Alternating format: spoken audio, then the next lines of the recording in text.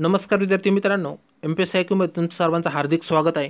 मित्रांनो बघा, तुम्हाला समोर जो चार्ट दिसतोय आपण त्याला थोड्या वेळाने डिस्कस करू. सुरुवातीला जे न्यूज आलेत ते पाहू आपण. तर बघा, सरकारमार्फत आतापर्यंत महत्त्वपूर्ण न्यूज आली ती म्हणजे बघा, MPSCची परीक्षा होऊ देणार नाही. राज्यस्तरीय बैठकीतून मराठा समाजाच्या सरकारला कडक इशारा. ही कालची न्यूज आहे 7 ऑक्टोबर 2020. तर काल जी बैठक पार पडली होती बघा, त्याद्वारे जे छत्रपती संभाजी महाराज बघा यांनी सरकारला सांगितलं की ही एक्झाम पुढे ढकला. सध्या परिस्थिती पण नाही आणि आरक्षणाचा मुद्दा सॉल्व्ह होसर ही एक्झाम आहे ते पुढं ढकला. त्यानंतर दुसरी एक न्यूज आली बघा, विनायक मेटे साहेब यांच्याकडून आली. मराठा आरक्षण या संदर्भात आहे. MPSCची परीक्षांवर उद्या अंतिम निर्णय बघा. जे एक्झाम होणार आहे ते एक्झाम संबंधी आरक्षण आहे का नाही यावर त्यांनी सरकारला सांगितलं. सरकारद्वारे बघा ही माहिती आज म्हणजे 8 ऑक्टोबरला 2020 आजच्या दिवशी येणार आहे. आता मेन टॉपिक वरू हे दोन मुद्दे तर पाहिले तुम्ही. आता बघा, काही विद्यार्थ्यांनी बघा जे ABP माझावाले किंवा जे 24वाले हे काय करतात, काही विद्यार्थ्यांना लायब्ररीतून आणतात आणि सांगतात की एक्झाम होऊन द्यायची का नाही. तर ते विद्यार्थी सहजिकच म्हणतात की एक्झाम होऊन द्या, कारण हे विद्यार्थी बघा शहरी भागातील आहेत. यांना वाटतं यांच्या जे अंतर आहे बघा सेंटर हे जवळजवळ 5 ते 10 किलोमीटर किंवा 5 किलोमीटरच्या आतमध्ये आहे बघा. त्याच्यामुळे या विद्यार्थ्यांना वाटतं ही एक्झाम झाली पाहिजे, आम्ही कोणत्याही परिस्थितीत जाऊ शकतो. आणि त्यांचं एक महत्त्वपूर्ण बघा, हे म्हणतात की 6 महिने झाले ही एक्झाम आहे बघा, उशीर झाला आहे, त्याच्यामुळे ही एक्झाम लवकरात लवकर झाल्या पाहिजे.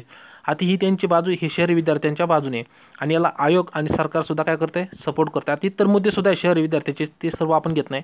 आता ग्रामीण विद्यार्थ्यांकडे बघा, किंवा ग्रामीण विद्यार्थी होते जे शहरी भागामध्ये जात होते अभ्यासाला, ओके, ते आता गावाकडे आले, त्यांचे कोणते साहित्य नाही. आणि तुम्हाला माहिती सध्या कोरोनाचा प्रादुर्भाव हा शहरी भागाकडून खेड्याकडे आला आहे आणि सरकारने एक महत्त्वपूर्ण इनिशिएटिव्ह सुरू केला आहे. तुम्हाला माहिती माझी फॅमिली आणि माझी रिस्पॉन्सिबिलिटी बघा, याच्यामध्ये बरेच विद्यार्थ्यांचे बघा किंवा पालक असतील, ओके, किंवा जे विद्यार्थी असतील बघा, हे काय झाले कोरोना पॉझिटिव्ह सापडलेत आणि सापडणारच परीक्षेच्या आदल्या दिवशीपर्यंत हे कोरोना पॉझिटिव्ह सापडणार आहे, ओके, आणि यांना ते उचलून घेऊन जाणार आहे, ओके. त्याच्यामुळे काय झालं, हे जे विद्यार्थी बघा, समजा उदाहरणार्थ आजची जी तारीख आहे, आजच्या स्थितीत जर काही विद्यार्थी बेडवर असेल, ओके, कोरोना सेंटरमध्ये, तर ते विद्यार्थी अभ्यास कसे करतील बघा. त्या ठिकाणी भरपूर लोक असतील जे कोरोना पॉझिटिव्ह असतात, ते पुस्तक घेऊन तर त्या बेडवर बसणार नाही अभ्यास करायला, त्यांचा कोण विचार करणार आहे.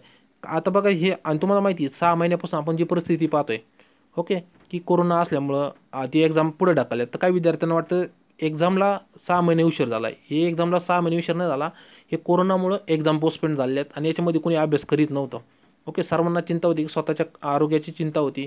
नंतर जी तर कारण आहे बघा, काही घरातील पाल्य एक्सपायर झाले असतील किंवा कोणाचे मित्र, कोणाचे जे विद्यार्थी असतील ते सुद्धा एक्सपायर झाले असतील. आता त्याबद्दल न्यूजसुद्धा आलेली नाही, अजून डाटासुद्धा कोण एक्सपायर झालं कोण नाही माहिती, ओके. याबाबत काही न्यूज नाही बघा, ओके. आणि जर आता एक्झाम झाली, तुम्हाला माहिती आहे एक्झामला तर बरेच विद्यार्थी ॲब्सेंट राहतील. आता UPSC आणि MPSC सुद्धा एक्झामला ॲब्सेंट राहतील. आता UPSC टायमाला काय झालं तुम्हाला सर्वांना माहिती, UPSCला सिलेक्टेड आयटम असतात पण MPSCला नसतात. त्याच्यामुळे UPSCचे विद्यार्थी बघा 30% ते ॲब्सेंटच असतात. पण MPSCला बघा तुम्हाला हा डाटा पाहायला भेटेल बघा. एक्झाम जर झाली 11 ऑक्टोबरला, तर MPSC जे परीक्षा देणार आहे बघा, याच्यामध्ये 40 ते 45% किंवा 50% म्हणा विद्यार्थी हे ॲब्सेंट असणार आहे. आणि याला कोण जबाबदार आणि याची जबाबदारी कोण घेणार आहे, सरकार घेणार आहे का आयोग घेणार आहे, हे कोणीच सांगणार नाही. फक्त सरकारचा आणि आयोगाचं एकच चालेल की एक्झाम कोणत्या प्रकारे लवकरात लवकर घेऊन हा विषय संपव. कारण आयोगाचा फक्त टास्क आहे, आयोगाला जे एक्झाम पोस्टपोन होत चालल्यात तर त्यांना वाटतं फक्त हे काम आपलं आहे ते पटक्यास लवकर उरकून मोकळं व्हावं, आणि सरकारला वाटतं हे लवकर व्हावं, इश्यू मोठ्या प्रमाणात होऊ नये. पण बघा जे विद्यार्थी बघ ग्रामीण विद्यार्थी यांना खूप कोरोनाचा प्रादुर्भावामुळे खूप मोठ्या प्रमाणावर इफेक्ट पडला आहे बघा. त्यांची इकॉनॉमीसुद्धा खूप बिकट झाली आहे. त्याच्यामुळं सर्वांची इच्छा आहे की ही एक्झाम होऊ नये. बघा जे पुण्यातले विद्यार्थी बघा 70-80 जास्तीत जास्त 30 किंवा 40,000 विद्यार्थी म्हणू शकते, पण एक्झाम देणारे विद्यार्थी जवळजवळ 3 ते 4 लाखाच्या वर आहे. आता बाकीच्यांचा विचार कोण करणार आहे. ABP माझावाले जे 24 हे 2-3 लायब्ररी जातात, ते विद्यार्थ्यांनी विचारतात किंवा रस्त्यावरचे विद्यार्थी विचारतात की एक्झाम होऊन द्यायची का नाही, आणि ते विद्यार्थी म्हणतात की एक्झाम झाली, कारण ऑलरेडी ती सिटीत आहेत. आणि जे खेड्यातून जाणार ते विद्यार्थ्यांचा कोण विचार करणार आहे. यांची सोयी नाही, यांच्या गाडी नाही, ऑलरेडी कोरोनामुळे घरी असल्यामुळे त्यांची इकॉनॉमी खूप बिकट झाली. त्यांच्याकडे म्हणजे ना पेपर देण्यासाठी बघा त्यांच्याकडे पैसेसुद्धा नाहीत, ओके. मित्रांनो तुम्हाला काही कमेंट असेल, मला तरी हे पॉईंट आठवले म्हणून मी या व्हिडिओमध्ये तुम्हाला सांगितलं. तुम्हाला अजून काही इश्यू असेल ते कमेंट करून सांगा.